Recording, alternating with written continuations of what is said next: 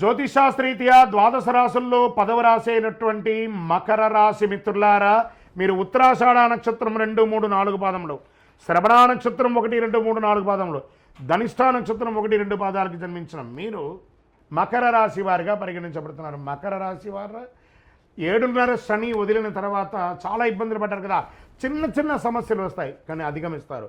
అద్భుతంగా ఉండబోతున్నారు. ఈ జూలై నెల చాలా మంచి అవకాశాలు ఉన్నాయి. అవకాశాలు సవాళ్ళు రెండు ఉన్నాయి. అవకాశాలను ఎలా ఆనందంగా తీసుకుంటామో సవాళ్ళను కూడా అలాగే తీసుకోవాలి కదా. Get ready. పిల్లల నుంచి 1, 2 శుభవార్తలు వింటారు. కొందరు బంధుమిత్రుల సమస్య తలెత్తవచ్చు. ప్రేమ వ్యవహారంలో సాదాసీదగా ఉంటుంది. అవాంఛిత వాదనలు భార్యాభర్తల మధ్య విభేదాలు ఏర్పడతాయి.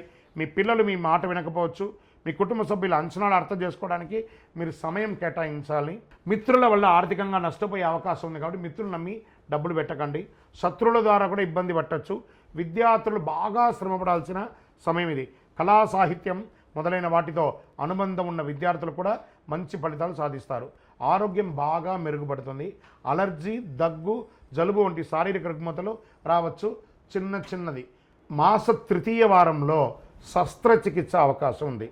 నిర్ణయాలు తీసుకునే ముందు జాగ్రత్తగా ఆలోచించి చాలా ముఖ్యంగా తీసుకోండి.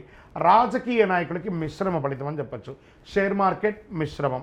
వ్యవసాయదారులకి అద్భుతంగా ఉందని చెప్పచ్చు. మీడియా రంగం వారికి బాగుంది.